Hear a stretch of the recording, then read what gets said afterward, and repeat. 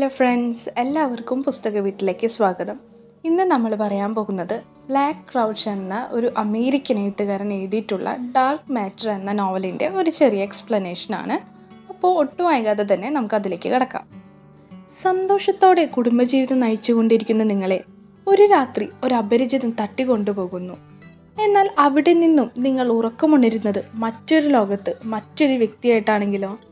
അതെ, അതാണ് black ക്രൗച്ചിൻ്റെ dark matter എന്ന പുസ്തകവും പറയുന്നത്.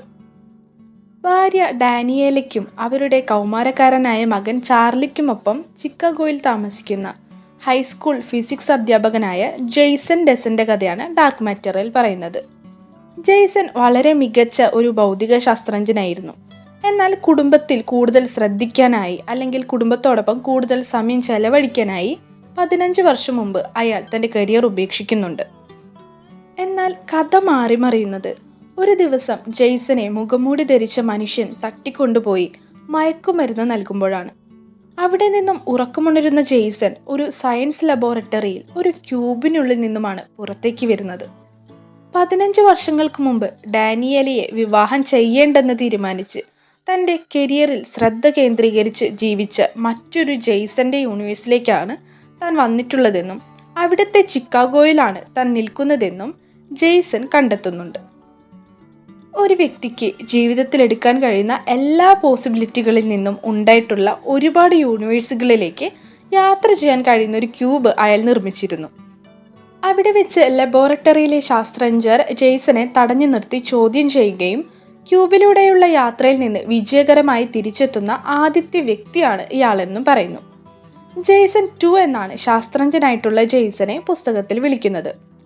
താൻ കരിയർ ഉപേക്ഷിച്ച് ഡാനിയേലയെ വിവാഹം കഴിച്ചിരുന്നെങ്കിൽ തൻ്റെ ജീവിതം എങ്ങനെയായിരിക്കുമെന്നറിയാൻ വേണ്ടിയാണ് ജെയ്സൺ 2 ജെയ്സന്റെ ലോകത്തേക്ക് വന്നതെന്ന് അയാൾ തിരിച്ചറിയുന്നു.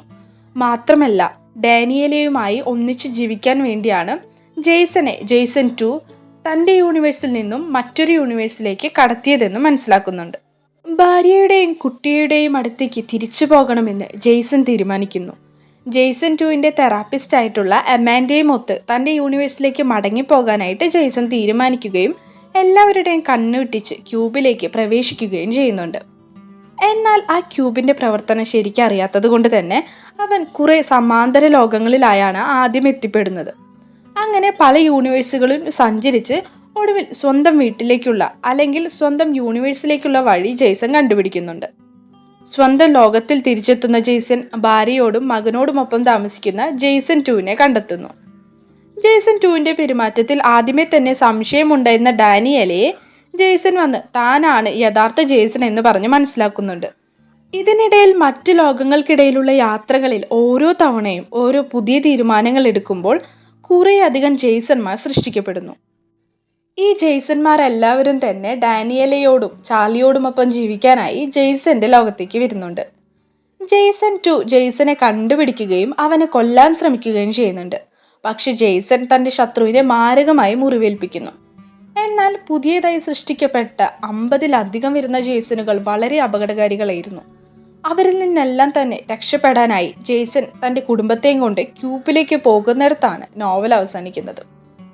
അപ്പോൾ ഈ ഒരു ഡാർക്ക് മാറ്റർ എന്ന പുസ്തകത്തിൻ്റെ ഏറ്റവും പ്രധാനപ്പെട്ട ഒരു ഘടകമെന്ന് പറയുന്നത് അതിൻ്റെ വേഗതയാണ്.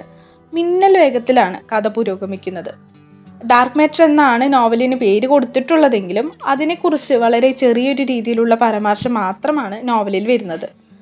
വളരെ സിനിമാറ്റിക് ആയിട്ടുള്ള രീതിയിലാണ് ഈ ഒരു നോവൽ എഴുതിയിരിക്കുന്നത്. മാത്രമല്ല, മൾട്ടിവേഴ്സ് പോലുള്ള അല്ലെങ്കിൽ സയൻസ് ഫിക്ഷൻ കഥകൾ ഇഷ്ടപ്പെടുന്ന വായനക്കാർ തീർച്ചയായും ഒരിക്കലെങ്കിലും വായിച്ചിരിക്കേണ്ട ഒരു നോവലാണ് ബ്ലാക്ക് ക്രൗച്ചിൻ്റെ ഡാർക്ക് മാറ്റർ എന്ന് പറയുന്ന പുസ്തകം.